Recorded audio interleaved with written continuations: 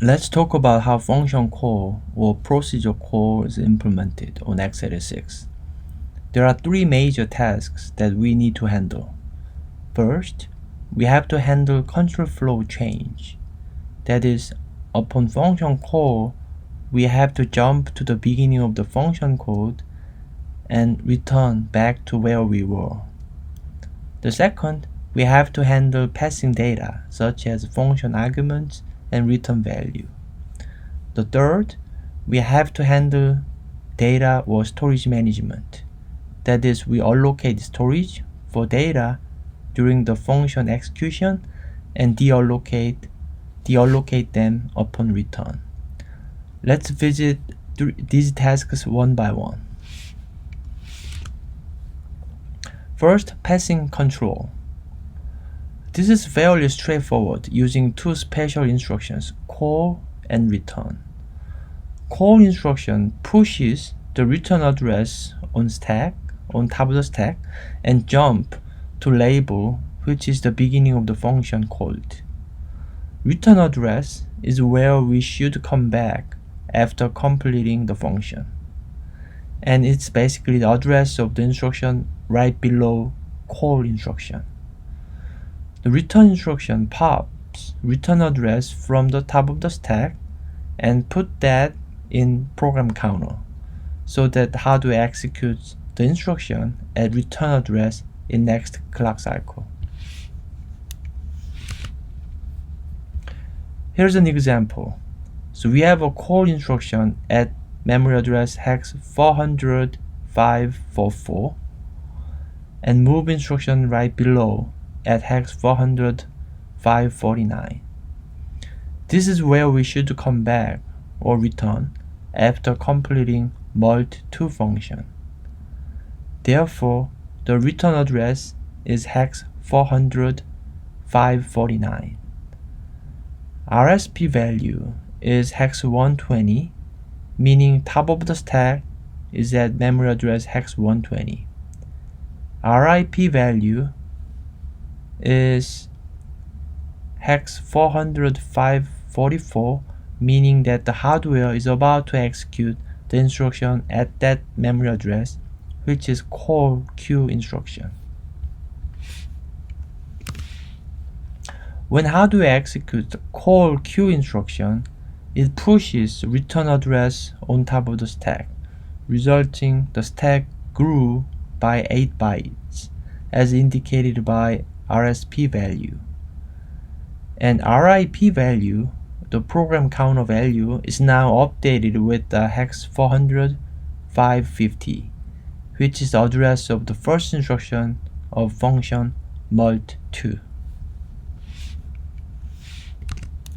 Now fast forwarding, the program counter value is hex 400,557, meaning it is about to execute return Q instruction.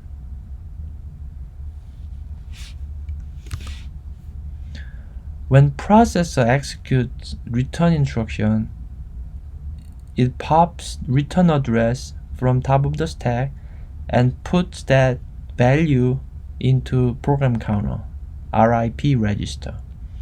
It results stack shrank by 8 bytes as indicated by RSP register value, and RIP value, the program counter value, is now updated with the hex 400,550, which is the address of the move instruction right below the call instruction.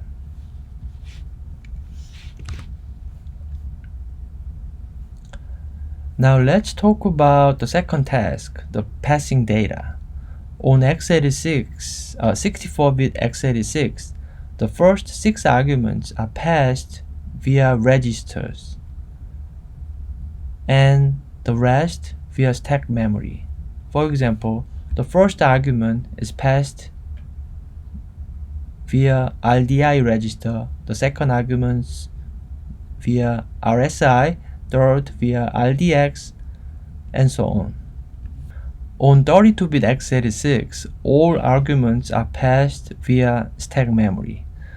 Return value is passed via RAX or EAX register on 32-bit, on 64-bit and 32-bit respectively.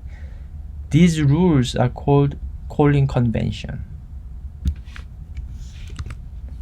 Here's an example. We have two functions, mult_store and mult2. If we look at the first two instructions in mult2, which is called leave function, they read RDI and RSI registers, which should hold function arguments A and B. Also, the mult_store function reads RAX register to get the returned value. Let's talk about managing data or storage. The functions have their local data such as local variables, arrays, etc. And local data is alive or valid while function is active. That is, from when called to when returned. Therefore, we allocate storage when the function is called and deallocate them when function returns. The newly allocated space on top of stack is called the stack frame. Let's talk about stack memory. The stack memory is a region of virtual memory space that is managed with the stack discipline by stack pointer and base pointer registers. The stack discipline is first in, last out operation. It grows, the stack memory grows toward downward, meaning lower memory addresses, and shrinks toward higher memory address. Register RSP contains the address of top of the stack, which is the lowest address, and register RBP contains the address of the bottom of the current stack frame.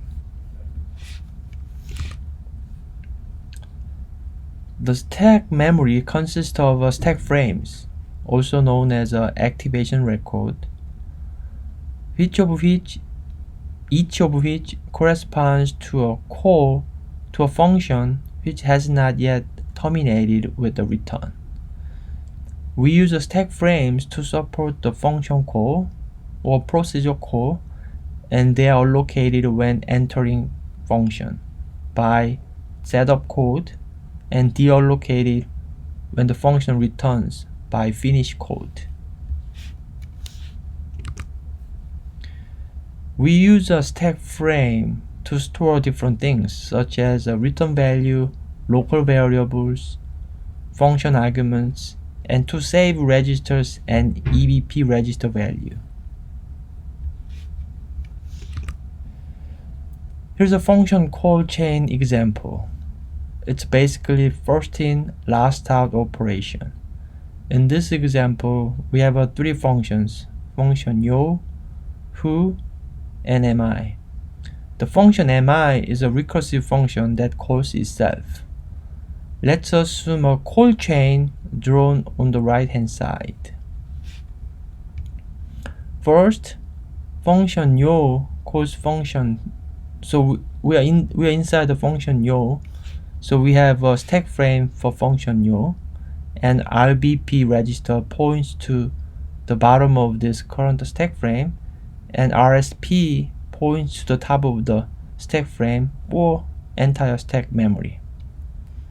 Now function yo calls function who, and as we enter function who, we create a new stack frame on top of the stack for function who by updating RBP and RSP values. Now, function who calls the first instance of a function mi, and we create a new stack frame for function mi on top of the stack, again by managing the RBP and RSP registers. Now, the function mi is a recursive function, so it calls itself, and we create a new stack frame on top of the stack for the second call of the function mi. And the same thing for the third recursive call. And as function returns, we delete the stack frame from the top of the stack, and again we delete the stack frame on top of the stack, and we delete again the stack frame. And the function who calls the function mi again, and we create the new stack frame on top of the stack, and as it returns we delete them. So now we are inside the function who, and as function who returns, we also delete the stack frame created for function who. And this is where we are originally.